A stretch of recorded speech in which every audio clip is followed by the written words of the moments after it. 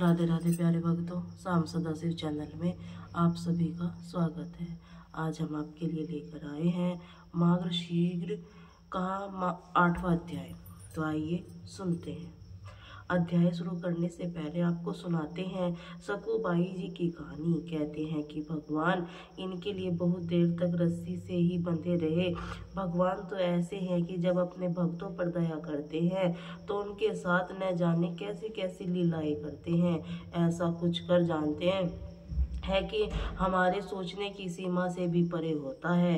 ऐसे ही एक भक्त थी सकुबाई। और अगर जो आपको सकुबाई की कथा अच्छी लगे तो वीडियो को लाइक जरूर कीजिएगा। कमेंट बॉक्स में भी बता देगा। महाराष्ट्र के गांव में एक ब्राह्मण रहा करते थे। उसके परिवार में केवल 4 लोग थे। वह ब्राह्मण, उसकी पत्नी ब्राह्मणी, उसका पुत्र और उसकी पुत्र वधू। उसकी पुत्र वधू बड़ी साध्वी और भक्त थी, जिनका नाम था सकुबाई। बचपन में से ही वे संत महात्माओं का संकर के लगातार श्री कृष्ण के चिंतन में लीन रहा करती थी। जैसे गाय कसाई के चक्कर में फंस जाती है, ठीक वैसे ही साध्वी सकुबाई भी शादी भी ऐसे परिवार में हो गई जहां उसके सास, ससुर और पति तीनों उसके विरुद्ध थे। सकुबाई तो ठाकुर जी की खूब पूजा सेवा किया करती थी और नियम पालन करती थी। उसकी बहुत सेवा करती थी और उससे विपरीत उन्हें ऐसी ससुराल मिल गई जहाँ की ठाकुर जी की पूजा सेवा तो क्या, कोई भगवान का नाम तक नहीं लेता था। यहाँ तक कि उसकी सास उन्हें थप्पड़ मारती, गालियाँ भी दिया करती। उसके परिवार सब अब उनके भजन के विरुद्ध थे, लेकिन सकुबाई ने उनमें से कभी किसी से कुछ नहीं कहा। उनके पति भी उनके अनुकूल नहीं थे। कुल मिलाकर सकुबाई को उसके ससुराल में बहुत कष्ट दिया जाता था, लेकिन वह एक पल के लिए भी भगवान को भूलती नहीं थी। ससुराल में सब कुछ विपरीत मिलने के बाद भी उन्होंने कभी उन तीनों से द्वेष नहीं किया। उनका जीवन क्लेश में था, पर उन्होंने कभी किसी को कठोर वचन नहीं बोले। जो मान अपमान, लाभ हानि, जय पराजय और दुख सुख को सम्मान भाव से सहते हुए भगवान का स्मरण करता है तो भगवान तो उनके अधीन हो जाते हैं। अब ससुराल में सकुबाई जी को बहुत पीटा जाता था, गालियां दी जाती थी और हमेशा झगड़ा किया जाता था, लेकिन सकुबाई के हृदय में तो विठल से ऐसे बसे हुए थे कि उनको तो विठल जी के अलावा कुछ सूझता नहीं था। फिर चाहे उन्हें कोई कुछ भी कहता रहे, उन्हें मारे पीटे उन पर कोई असर नहीं होता था। सकुबाई को ससुराल में फटे पुराने कपड़े पहनने को मिलते, रूखा सूखा खाने को मिलता। थोड़ी थोड़ी देर में न जाने कितनी बार पिटाई भी होती, डांट भी पड़ती करती रहती, लेकिन वह हर समय अपने ठाकुर जी के चिंतन में लीन रहती। सकुबाई की दशा पर गांव के बाकी जो भी महिला पुरुष थे उन्हें बड़ा तरस आता था, लेकिन किसी की हिम्मत नहीं होती थी कि कोई उसके परिवार को समझा सके, क्योंकि अगर गांव में कोई कोशिश करता तो सकुबाई के ससुराल वाले उन्हें भी मार पीट कर डांट पटक कर भगा दिया करते। अब सकुबाई मन ही मन भगवान की कृपा का अनुभव करने लगी। सोचा करती कि मेरे ठाकुर जी इतने कृपालु हैं, अगर मेरे पति सास ससुर मुझसे प्रेम करते, हमेशा अच्छा व्यवहार करते, तो मेरे ठाकुर जी के प्रेम में एक बाधा पड़ जाती, फिर तो मैं उनकी सेवा इस तरह से नहीं कर पाती। इतना सब विपरीत होने के बाद भी उन्हें कभी किसी से कोई शिकायत नहीं थी। एक दिन किसी पड़ोसन ने सकुबाई से पूछा, अरे बता तू जरा, इतना दुख भोग के तेरे मायके में कौन है?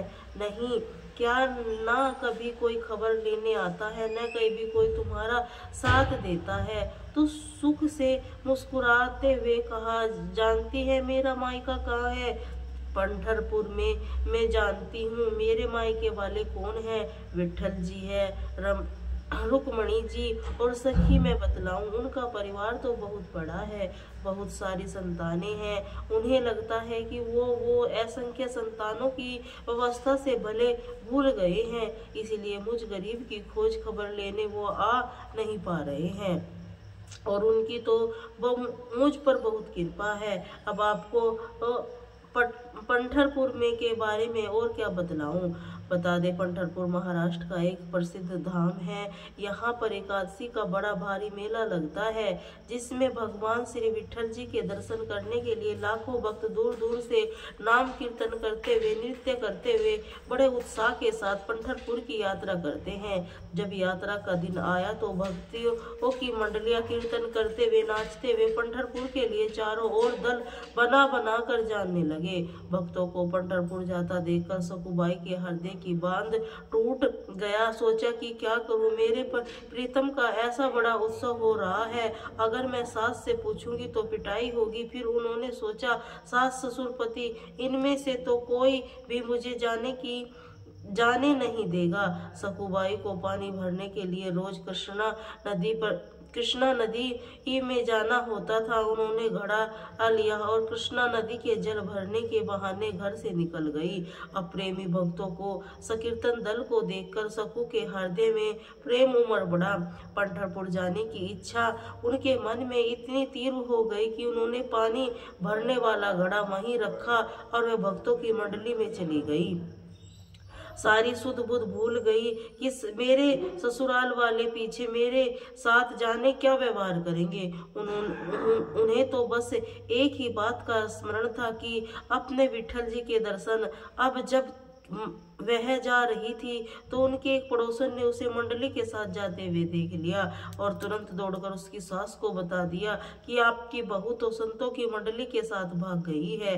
अब सास और पति ने बड़े बड़े डंडे निकाले और उन्होंने सकू को रोकने के लिए दौड़ लगाई। उन्होंने देखा कि सकुबाई अपने प्रीतम के दर्शन करने के लिए बहुत उत्सुक थी और भक्तों के बीच में भगवत प्रेम से उन्नत हो रही थी। तो बस उसने विठल जी को याद करते हुए, नृत्य करते हुए, भजन कीर्तन करते हुए झूमती गाती जा रही थी।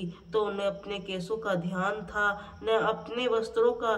जब उन्हें इस तरह जाते हुए उनकी सास और अपने पति ने देखा तो वह सब उनको बाल पकड़कर घसीटकर उन्हें मंडली से बाहर लेकर आए और वही उन्हें डंडे से मारना शुरू कर दिया। फिर घर जाकर उन तीनों ने मिलकर सकुबाई की खूब पिटाई की और सकुबाई रोते रोते ही, पिटते पिटते केवल श्री हा विठ्ठल कृष्ण हा गोविंद कहती रही। इसके अलावा उन्होंने एक शब्द अपने मुंह से नहीं निकाला। बुरी तरह पिटते रहते ही बाद भी सास ने कहा, यह तो मामूली है, इससे यह मानने वाली नहीं है। इसे ऐसा पीटा कि यह चलने के लायक न रहे, वरना यह फिर भाग जाएगी और पंढरपुर की यात्रा करेगी। तभी तो यह 2 सप्ताह में पंढरपुर की यात्रा में इसको पकड़ चढ़कर खंबे से बांधो और 2 सप्ताह तक रोटी ना पानी, रोज इसकी पिटाई करो, तभी यह मानेगी। सास की आज्ञा पर सकुबाई को उसके पति और ससुर ने खंबे से बांध दिया। खूब पिटाई गई और उन्होंने भोजन पानी देना सब कुछ बंद कर दिया। अब सकुबाई के हृदय में यह दुख नहीं था कि वह मल्लाल नहीं, कि वह उसे बांध दिया गया, मुझे मारा गया, गाली दी गई। उसके हृदय में पीड़ा थी कि सिर्फ एक ही पीड़ा थी कि हे कृष्ण, आपके भक्तों के बीच में मुझे कितना सुख मिल रहा था। पहली बार जीवन में भक्त मंडली में मुझे नाचने को मिला और आपके दर्शन के लिए जा रही थी। ठाकुर जी, मेरे सामर्थ्य नहीं है इस जन्म में इस नरक से निकल सकूं, पर करुणा निधान है ठाकुर जी। क्या ऐसा नहीं हो सकता कि मैं इस जन्म में आपके दर्शन कर पाऊं? क्या मैं आपके मंदिर में आकर आपके भक्तों के बीच में नहीं नाच सकती? सकुबाई ठाकुर जी को याद करते करते आंसू बहाती जा रही थी और कहती जा रही थी, हे कृष्ण, ऐसा कुछ तो उपाय करो कि मैं आपके दर्शन कर सकूं। बहुत पतित दीन दुखी हूँ, अधम हूँ, मेरी सामर्थ्य नहीं है प्रभु मैं आप तक आ सकूं। प्रभु, अब तो आप कृपा करो, इतना सुंदर अवसर मिला है, भक्तों की मंडली जा रही है, आपके दर्शन करने के लिए बार बार अवसर नहीं आएगा। नाथ, अब तो कृपा करो मुझ पे। आपके दर्शन करने से ठाकुर जी, अगर आप कृपा करोगे तभी तो दर्शन हो सकते हैं, वरना मेरी सामर्थ्य नहीं है कि मैं इस जंगूल से छूट सकूं। सकुबाई जी के मन ही मन ठाकुर जी ने याद कर रही थी, चिंतन भी कर रही थी। जब भक्त और वे सच्चा भक्त किसी पीड़ा में हो तो वो किसी तकलीफ से भी हो तो भला ठाकुर जी चैन से कैसे रह सकते हैं। अब इधर रुक्मणी जी ने देखा कि प्रभु के चेहरे पर तो उदासी और बड़ी चिंता थी। उनका चेहरा सोच में डूबा हुआ था। उन्होंने ठाकुर जी से पूछा, हे नाथ, आप चिंता में कैसे लगते हैं? क्या आपका कोई भक्त कष्ट में है? भगवान ने कहा, हाँ, एक ऐसी भक्त है जिसको बहुत पीटा जा रहा है, कलेश दिया जा रहा है, परंतु परेशान किया जा रहा है। वह मेरी भक्त मुझसे मिलना चाह रही है, लेकिन इसको बांध दिया गया है। आपको थोड़े दिन के लिए हमसे विरह सहना पड़ेगा रुक्मणी जी, क्योंकि हमें अब कुछ दिन वहां रहना पड़ेगा, अभी बात बनेगी। रुक्मणी जी ने ऐसा कहकर ठाकुर जी को तुरंत ही सकुबाई के पास गए। वहां उन्होंने देखा कि एक खंबे से मोटी मोटी रस्सियां में जकड़ करके उन्हें बांधा गया है। उनकी हालत बड़ी दयनीय हो रखी थी। उन्हें भोजन दिया न पानी दिया जा रहा था, गाली दी जा रही थी, बस पिटाई भी की जा रही थी। सकुबाई की आंखों से लगातार आंसू बह रहे थे। उनके गालों पर सिर्फ आंसू के निशान थे, बाल बिखरे हुए, कपड़े मैले, और इसी हालत में प्रभु के ध्यान में मलिन थी। तब ठाकुर जी ने एक सुंदर नवती का रूप धारण किया। आकर बोले, सकुबाई, मैंने सुना कि तुम पंढरपुर जाना चाहती हो, चलोगी मेरे साथ? पंढरपुर का नाम सुनते ही सकुबाई ने तुरंत आंखें खोली। कहा, सखी, मुझ पापिन के भाग्य में ऐसा कहाँ से मैं भक्त मंडली के साथ पंढरपुर जाऊं? तुम देख तो रही हो मेरी दशा, स्त्री रूपी ठाकुर जी इन्हें कहाँ। भाई, तुम जानती भी हो, लेकिन तुम्हें बहुत समय से जानती हूँ। तुम तो मेरी बहुत बड़ी सखी हो, और अच्छा, अब उदास मत हो। जिसकी सखी होती हूँ न, उसको कभी उदास नहीं देख सकती। चलो, मैं तुम्हारी रस्सी खोल देती हूँ और तुम भागो और जाओ मंडली के साथ। जब सकुबाई कहने लगी, हाँ, मेरी सास फिर पकड़ लेगी, खूब मारेगी। अब की बार ठाकुर जी बोले, बिल्कुल नहीं, इसकी चिंता तुम मत करो। ठाकुर जी ने ऐसा कहकर सकुबाई जी को रस्सियां खोली और स्वयं सकुबाई का रूप धारण करके रस्सी में खुद बंध गए। अब जिनका नाम रमण करने से मोह माया से बंधन टूट जाते हैं, उनका पान बड़े बड़े योगियों के लिए भी दुर्लभ है। वहीं भगवान, वहीं ठाकुर जी अपने भक्त सकुबाई के लिए एक साधारण स्त्री की तरह बंध गए। वास्तव सकुबाई जी तो पंढरपुर की यात्रा पर जा रही थी, भक्त मंडली के साथ नृत्य कीर्तन करते हुए। उधर ठाकुर जी सकुबाई का वेश धारण करके चुपचाप रस्सी से बंधे पिटाई खा रहे हैं, गालियां खा रहे हैं। ठाकुर जी चुपचाप बंधे हुए कई दिन बीत चुके, ना उन्हें भोजन मिला, ना पानी बिना मिला, रोज पिटाई, अलग अलग 14 दिन तक बीत गए। ऐसी प्रभु तक खंबे से बंधे रहे, रोज अंडे कालियां खा रहे थे।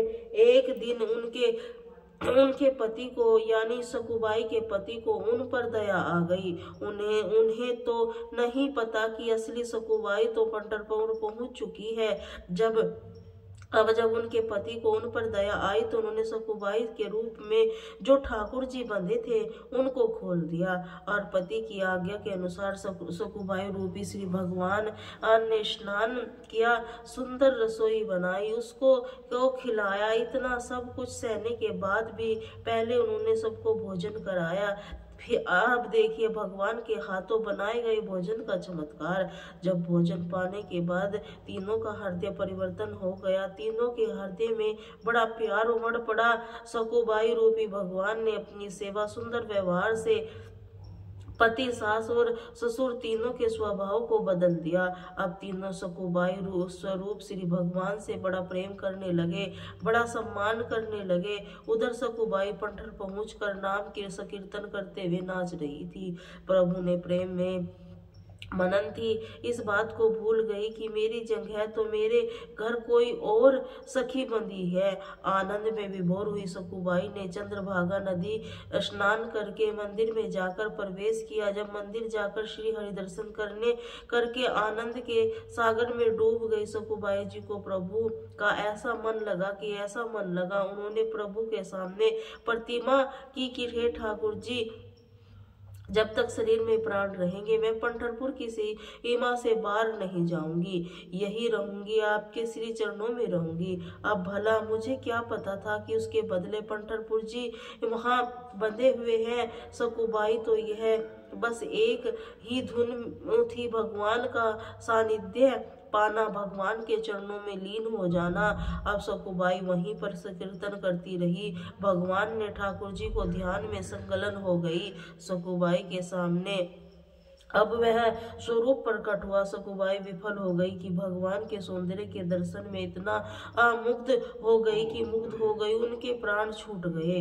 अब एक ब्राह्मण उस मंडली में आया था। जब सकुबाई के शव को देखा तो उसने अपने साथियों को बुलाया और सबसे मिलकर सकुबाई के शरीर को अनिष्ट संस्कार किया। इधर रुक्मणी जी ने सोचा कि ठाकुर जी तो कह गए थे कि कुछ दिनों बाद वापस आऊंगा, इतने दिन बीत चुके हैं, आज तक वापस नहीं आए। फिर ध्यान देकर देखा तो जिसके लिए गए थे उसके तो शरीर ही छोड़ दिया।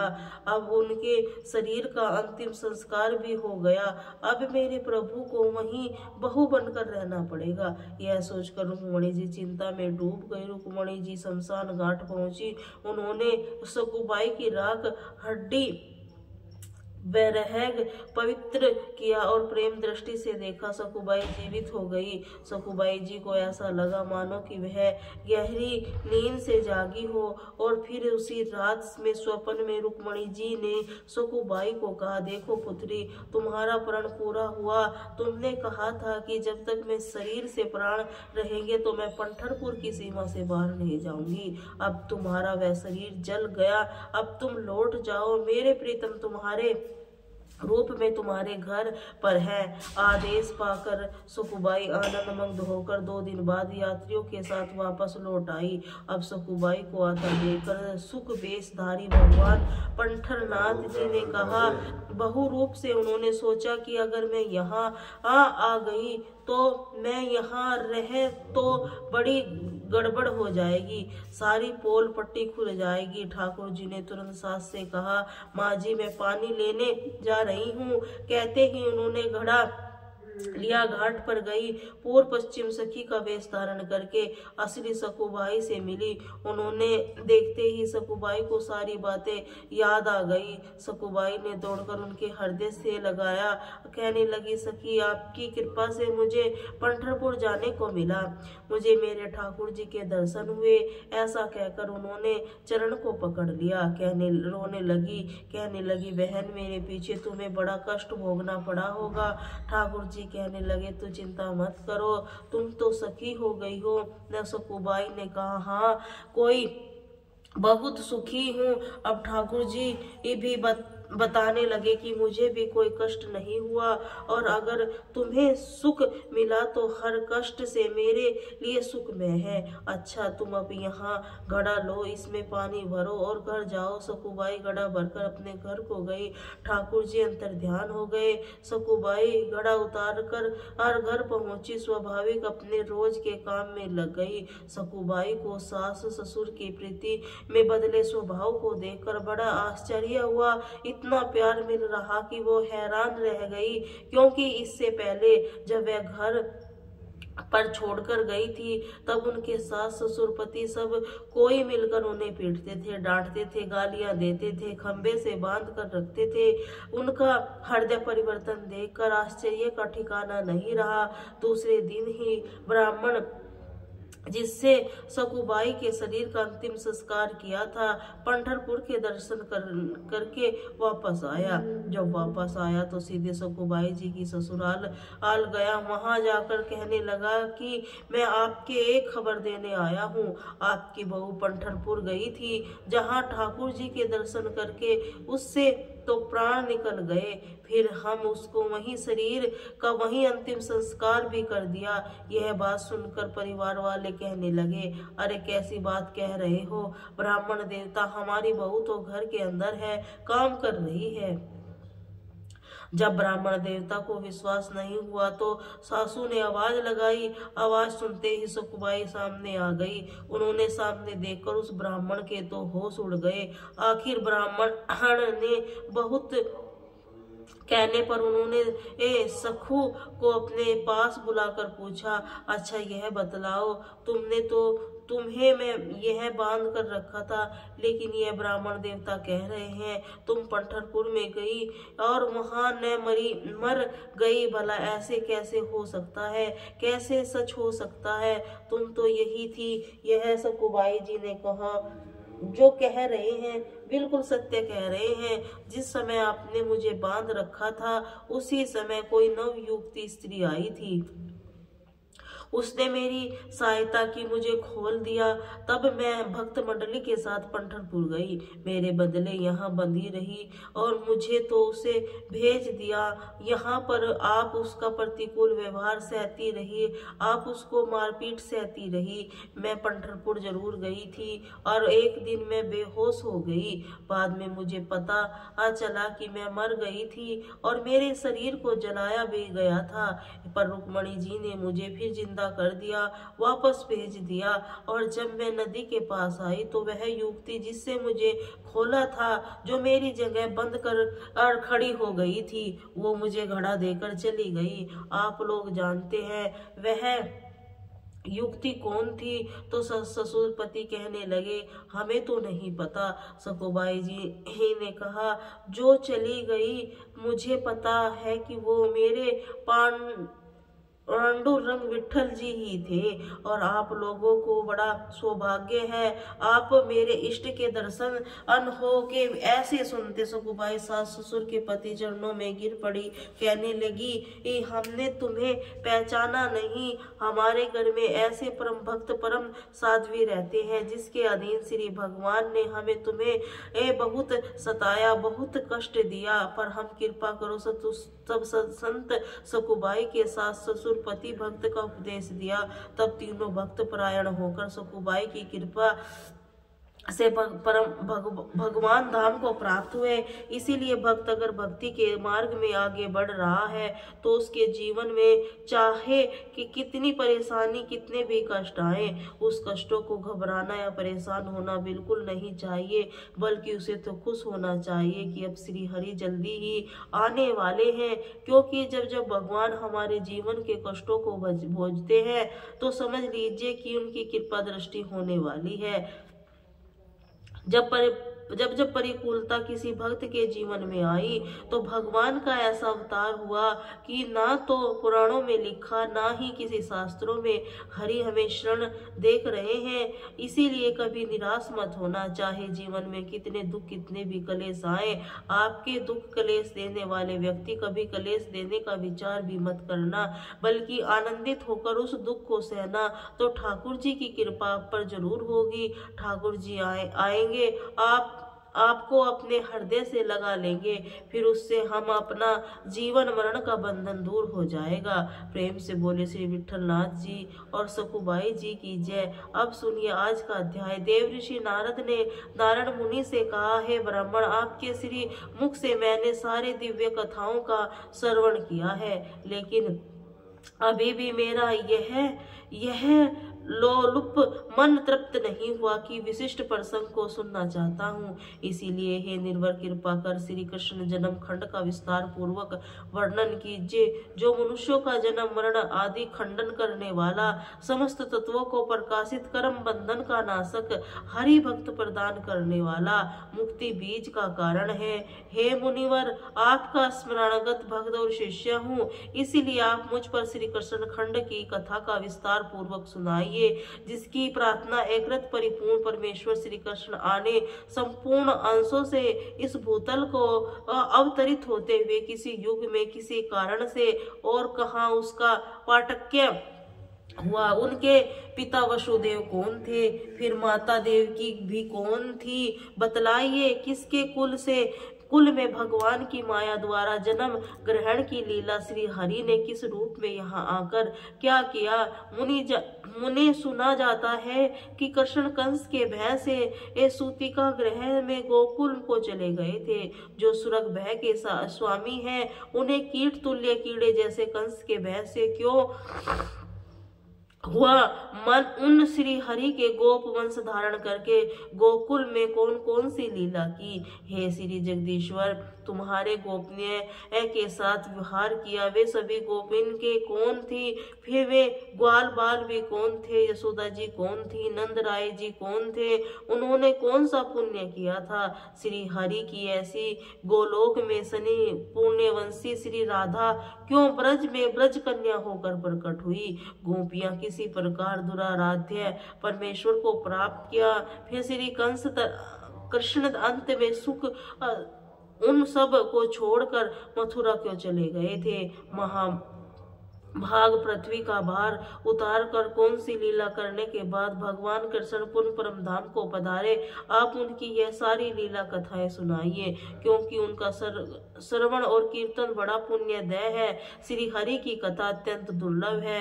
वह बहुसागर से पार उतारने के लिए लोका के समान, श्री भगवान की कथा शोक सागर का नाश करने वाली मुक्ति के समान है। कानों में अमृत के समान मधुर होती है। कृपा निधि, मैं आपका भक्त और शिष्य हूँ, आप मुझे श्री हरि की कथा का ज्ञान प्रदान कीजिए। तब नारायण मुनि बोले कि हे देव ऋषि, जो कुल को पवित्र करने वाले नारद मुनि हैं, तुम्हें अच्छी तरह जानता हूँ। तुम धन्य और पुण्य की मूर्ति प्रति राशि लोगों को पवित्र करने के लिए तुम इन सब से भ्रमण करते रहते हो, तो प्राणी मनुष्य हृदय की तत्काल पहचान हो जाती है।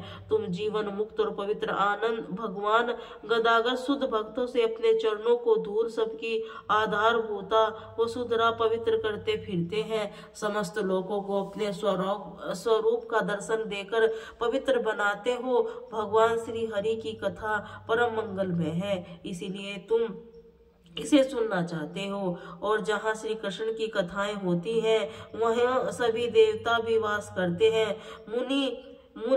ऋषि मुनि अपने संपूर्ण तीर्थों को वहीं रहने लगते हैं। कथा सुनकर अंत में अपने निरापद स्थान को जाया करते हैं। जिन स्थानों में कृष्ण की शुभ कथाएं होती हैं, वह तीर्थ समान बन जाते हैं। जिनका मन भगवान श्री कृष्ण की कथा सुनने में लगा हो, उसकी कथा से जिन्हें विशेष प्रेम हो, कथा सुनकर जिसके नेत्रों में आंसू छलक जाते हो और शरीर में रोमांच छा जाता हो, मन उसी में डूब जाता हो, उसी को विद्वान पुरुषों का सच्चा भक्त कहा गया है। मन, वाणी और शरीर की स्त्री, पुत्र आदि सभी श्री हरि का ही स्वरूप समझता है, उसे विद्वानों ने सच्चा भक्त कहा है। जिसकी कभी जीवों पर दया है और जो संपूर्ण जगत श्री कृष्ण जानता है, वह माना ज्ञानी पुरुष ही वैष्णव भक्त माना गया। हे देव ऋषि, अब सुनो। एक बार गोलोक में श्री कृष्ण ब्रजा देवी के समीप थे। श्री राधा जी वहाँ ठीक नहीं लगा कि राधा सखियों सहित वहां से जाने लगी। तब श्री दामा ने उन्हें रोका और श्री राधा ने श्री दामा अर्थात सुदामा को शाप दे डाला कि तुम असुर योनि को प्राप्त हो जाओ। तब श्री रामा ने श्री राधा रानी को श्राप दे दिया कि तुम जाइए, अब भी मानवी योनि को जाएंगी और वहां गोकुल में श्री हरि की अंश महायोगी रायण नामक से होगी। अपनी आपका छाया रूप आपके साथ रहेगा, इसीलिए भूतल में मूर्ख लोग आपको रायण की पत्नी समझेंगे। श्री हरि के साथ कुछ समय आपका वियोग होगा। एक दूसरे के श्राप देने के बाद रामा और श्री राधा दोनों का ही सोम हुआ और दुख हुआ। तब श्री कृष्ण ने श्री दामा को संतावना देकर कहा कि तुम त्रिभुवन विजेता सर्वश्रेष्ठ शंकरचूड़ नामक असुर हो। अंत में श्री शंकर जी के त्रिशूल से छिन्न होकर यहाँ मेरे पास लौट आओगे। श्री राधा को बड़े प्रेम के साथ हृदय से लगाकर भगवान ने कहा, विरह कल्प में मैं पृथ्वी पर जाऊंगा और ब्रज में जाकर वहाँ के पवित्र नन्नों से तुम्हारे साथ व्यवहार करूंगा।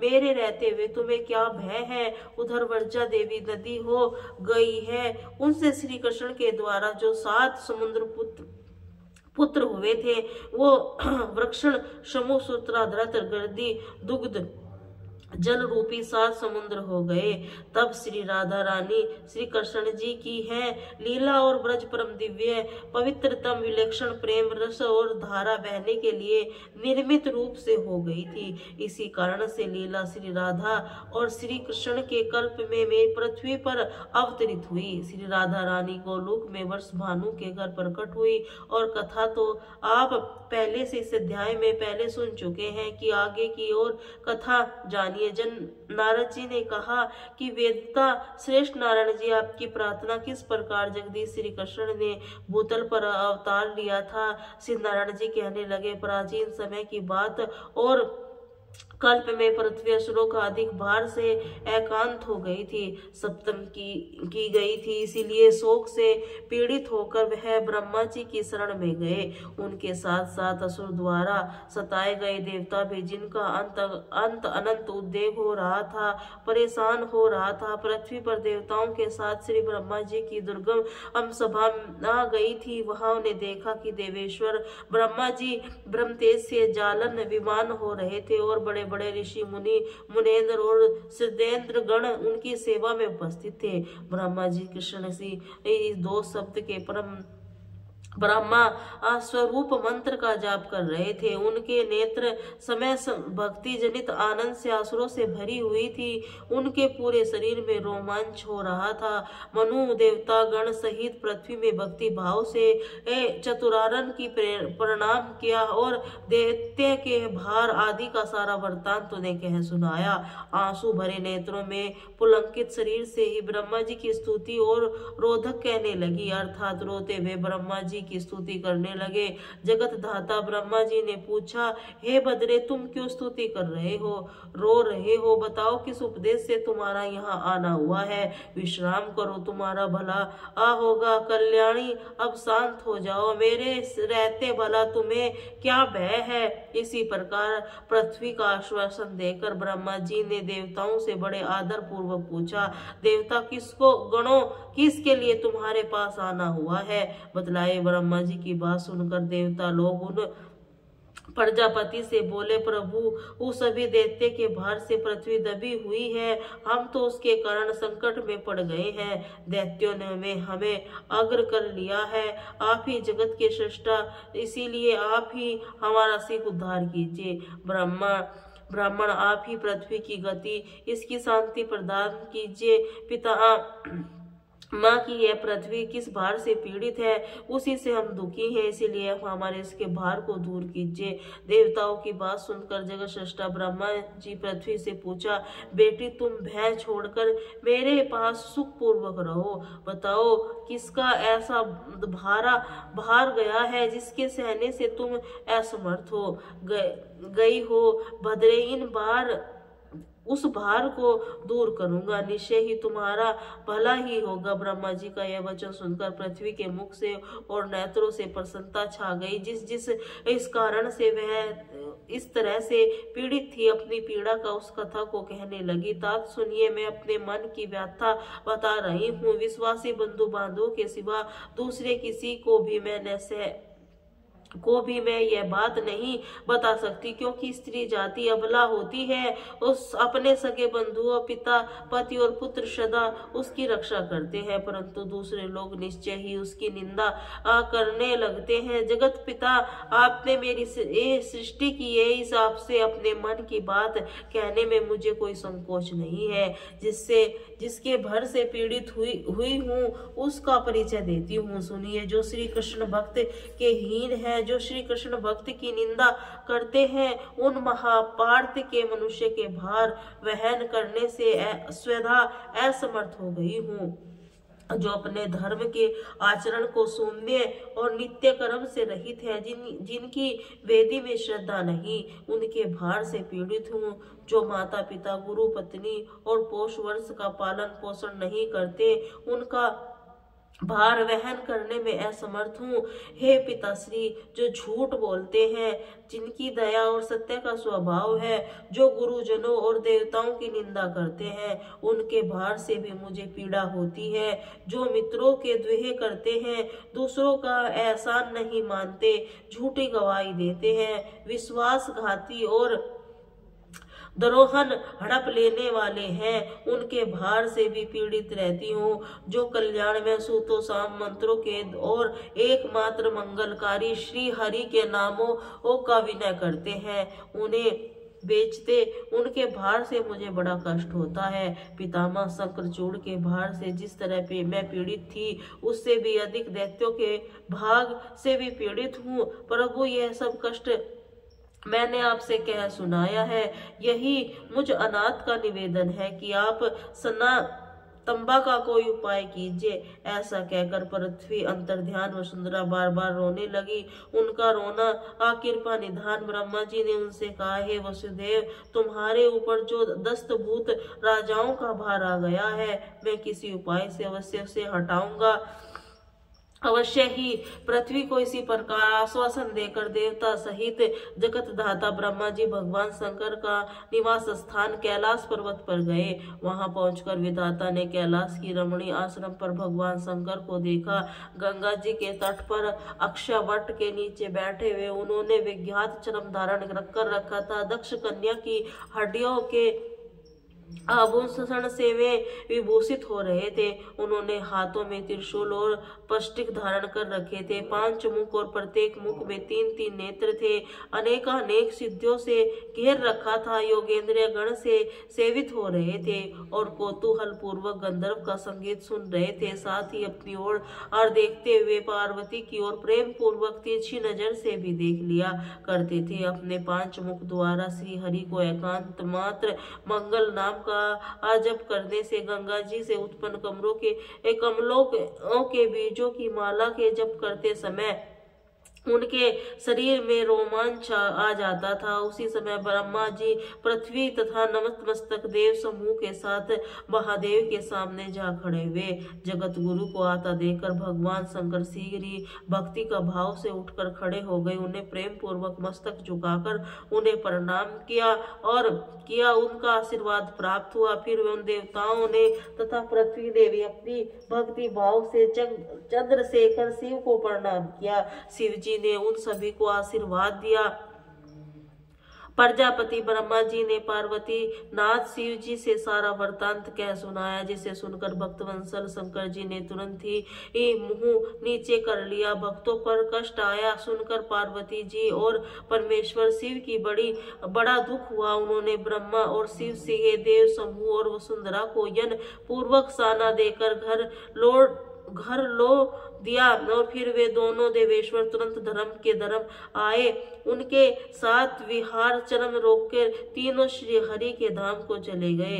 भगवान ने उसे परम धाम का नाम वैकुंठ और वह जरा और मृत्यु को दूर भगाने वाला ब्राह्मण से उसी उपस्थिति में पहुंचकर सभी ने भगवान श्री हरि की स्तुति से देवताओं को स्तुति सुनकर साक्षात श्री हरि ने उनसे कहा कि अब तुम लोग अब गोलोक को जाओ, पीछे मैं भी लक्ष्मी के साथ जाऊंगा। श्वेत द्वीप निवासी ने नर और नारायण मुनि और सरस्वती देवी गोलोक को गए। अंत में शेषनाग मेरी माया सकृति गणेश जी और वेद माता सावित्री, यह सब पीछे से निश्चित हो जाएगा कि वहां वह गोपनीय राधा के साथ ब्रजभू कृष्ण रूप में निवास करता हूँ। यह सुनंद आदि पदार्थों से लक्ष्मी जी के साथ रहता। नारायण जी श्री कृष्ण के दीप निवास विष्णु मैं हूँ। मैं ब्रह्मा और अनंत संपूर्ण देवता मेरी ही कलाएं हैं। तुम यह सब गोलोक में जाओ, वहां तुम्हारे अभिष्ट कार्य सिद्धि होगी।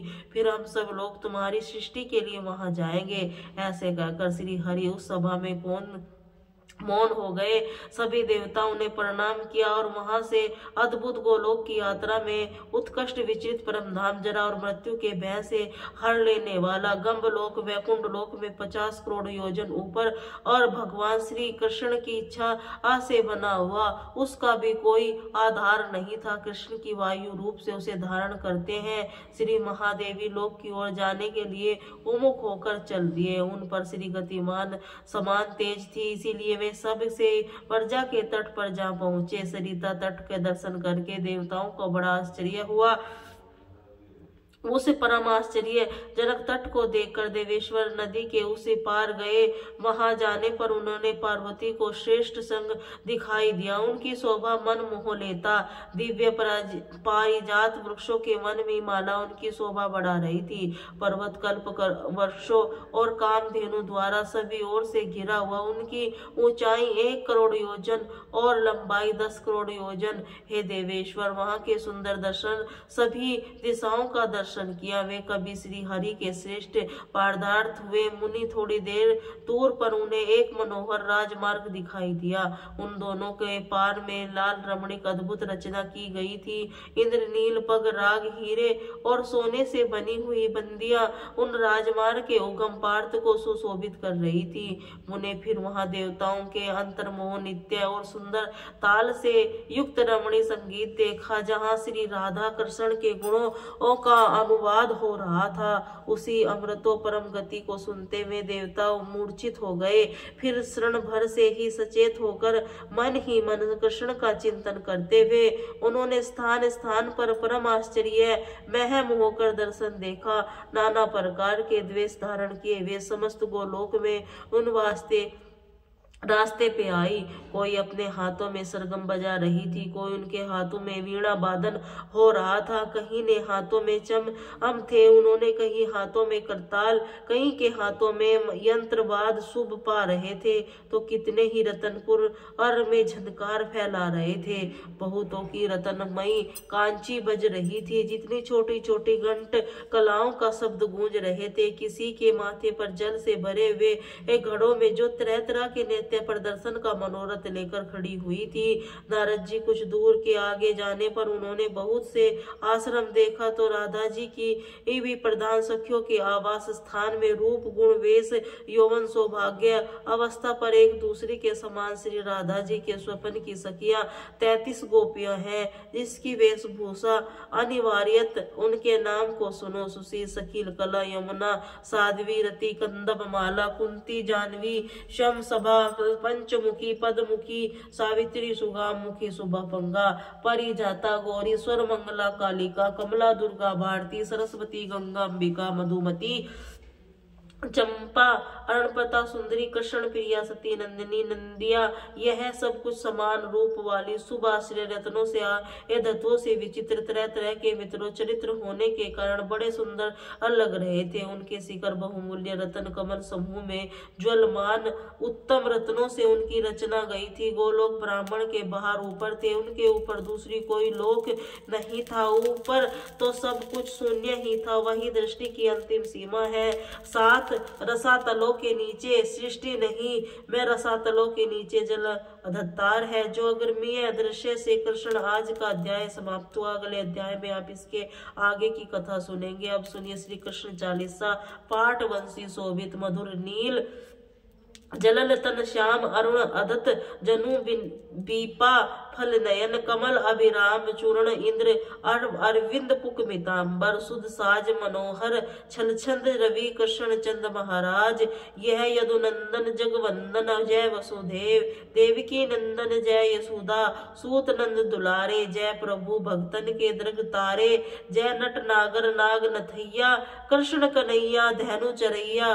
पुखी नक पर एक प्रभु गिरवट धारो, आओ दनन कष्ट निवारो वंशी मधुर अगम देही होवे पूर्ण मनोरथ मेरी आओ हरि माखन चाको लाज भारत की राखो गोल का पोल चंबुक अरुण पे मंदु मुस्कान मोहिनदार रज्जित रवित मदन विशाला मुरकुट जति माला कुंडल सरवण पीठ पर आठे कटी के कर की छन छन ले नील जलन सुंदर सोवे छवि लखी सुर नर मुनि मोहे मस्तक तिलक अलंक घुंघरा लाओ कृष्ण बांसुरी वाले करिए पान सूत सकी तारक अका बांका सुर मारियो मधुवन जलन अग्नि ज्वाला शीतल लखी नंदलाला सुरपति ब्रज चढ़ायो रिसाई मसूर धारवली रस वसवाई जगत लगन ब्रज वसा गोवर्धन नख धारी बचाओ लखी सुध मनन अदित मन चौदह भवन दिखाई दुष्ट कंस अति उदम मचायो कोटि कमल जब फूल मगायो नाथी काली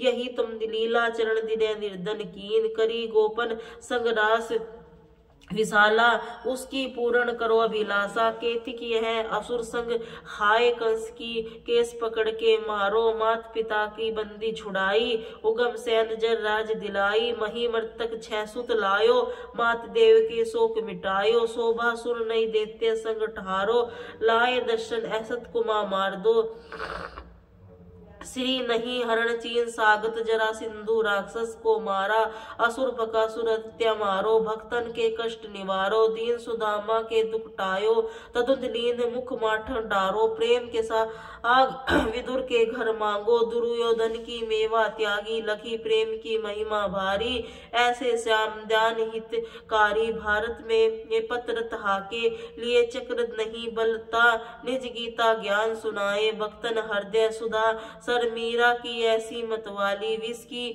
पी गई बजा के ताली भेजा शाम पिटारी साली गराम बने बनवारी निज माया तू विधि को दिखाए उदम संकल मिटाए सत निंदा करी तत्काला जीवन भुक्त महेश सुपाला जब द्रौपदी टेर लगाई दीना नाथ लाज बचाई वसंत पदे नंदलाड़ा बड़े चोर से बजे मुंह काला अंश नाथ के नाथ कन्हैया डूबत भवत बचावत नैया सुंदर दास धारी दया दृष्टि की जय बनवारी नाथ सकल मम कुमति निवारो शम बेहू अपराध हमारो खोली पट में जब दर्शन कीजो कृष्ण कन्हैया की जय बोलो श्री कृष्ण कन्हैया जय बोलो श्री कृष्ण कन्हैया की जय।